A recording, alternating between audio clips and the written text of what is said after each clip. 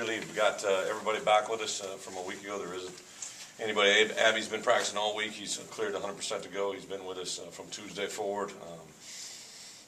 That was really the only guy from last week. Pat Muldoon won't be with us yet this week, but other than that, we should be back to full strength. Thought the guys practiced well all week. I think they're ready and anxious to play. Obviously, have one more opportunity here before conference play, and I know we haven't played a complete game yet, so we're looking forward to Saturday and hopefully going to put it all together. So, easy questions. Nobody? Are you ready to name a starting quarterback? Yeah, you know what? Yeah, I mean, that's no mystery to anybody. I think everybody thinks I got hot tips. If you get any type of inkling of who we are, what we are, we'll continue with Joel to start. I think the part that I've been very impressed with is Danny's been great.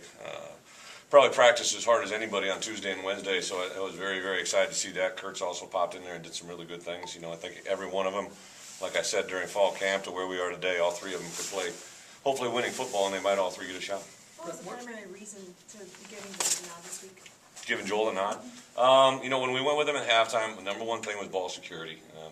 I told him that. I told all of them that when the first decision was made, and I think it's resonated within our entire team. There's been a huge emphasis on it. We just can't play winning football if we turn the ball over as much as we were, and you know, I think the fact that Joel responded so well, didn't have any issues, no fumbled snap exchanges, there wasn't any incorrect calls or anything, you know, that really was his fault. So it didn't show me any reason why not to stay with him.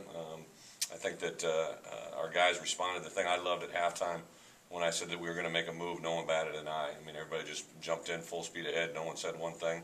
I think all week they've been just kind of worrying about doing their own business, not worried about who's the quarterback. And like I said, we got a couple guys that we can win with. Is it safe to say that since he's arrived here, that his poise has been something you guys have noticed? Joel's? Yeah, Joel's kind of a guy that's a little bit unique. He's mature beyond his years. He's still got a lot of kid in him, you know.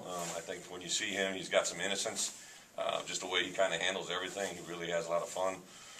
I don't think things get to him in the big picture. It's kind of one of those guys, and as a quarterback, you love that in a QB that doesn't get rattled, and obviously popped in there in a difficult situation, down 14-3. I don't know how many guys can say they got their first chance as a college quarterback, and obviously he didn't do a lot throwing the ball, but, you know, I liked his responses. One of the first times he came off the field, there was a third down incomplete pass. The look wasn't there, and he said, I threw it low and away, which is the only thing that I had, and he was 100% right, you know, and so you know he's seeing the right things, which give you a lot of belief that when the picture's there and it's clear, he's going to make the right call. Do you have enough confidence in him not to have to restrict the game plan?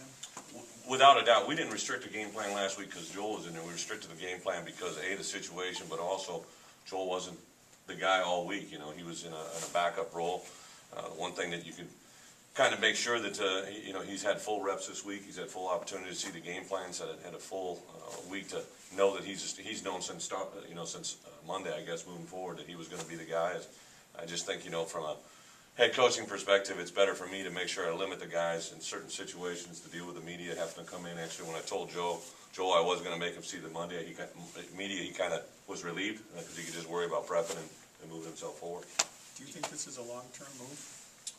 Well, I make every move with the idea it's going to be long-term, but on the same account, you know, you understand that we have a number of guys. You know, Daniel Bryan has come in and done a great job during 2-minute O. I mean, for him, you know, I've seen him do that. So in my mind, those kind of situations arise. Right now, there's nobody better in that situation than Daniel Bryan.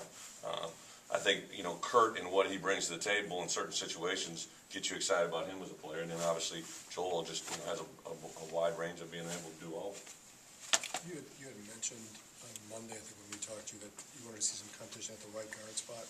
Is 75, you see, still going to start there, or did Costa? You know what? We've the last 2 days especially almost split those reps. So I'll wait till we get back and talk from today's practice. But Costi has slowly been coming along. I know he's into it. I know he's engaged. Not that Zach wasn't, but I thought Costi has really come on in the last couple of weeks. And yeah, he'll definitely both play Saturday. Always a French look.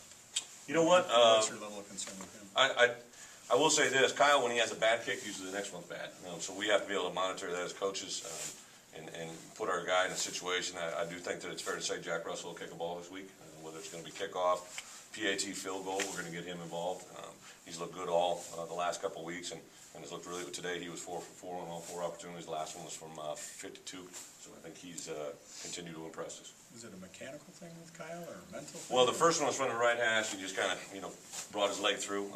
And then on the PAT field goal, that was a real low hit, but it was right after that one. And then obviously the kickoff after that touchdown was nothing to be desired. Has Russell settled in a little bit? Because I know early in camp, I think you said that he had realized this is not high school anymore, and it was a little bit kind of overwhelming. If Russell was here, we'd be doing good. No, Jack Russell. I thought you were talking about Russell. Kind of threw me for a loop. Jack Russell, all right. The thing that he kicked off the ground last year, but not in the high school games, but he had been all summer. But I think the fact getting in and being in the situation, he grew up just down the road. I mean, but like I said to him today, I told him I was giving him those 4 kicks, and he said, I'll be 4 for 4. I said, the last one's from 62. I added 10, and he goes, okay. And now I know he wasn't going to make it, but that's how he acts. And it's not a false bravado. For a little guy that looks like he's 12, he really has a lot of confidence.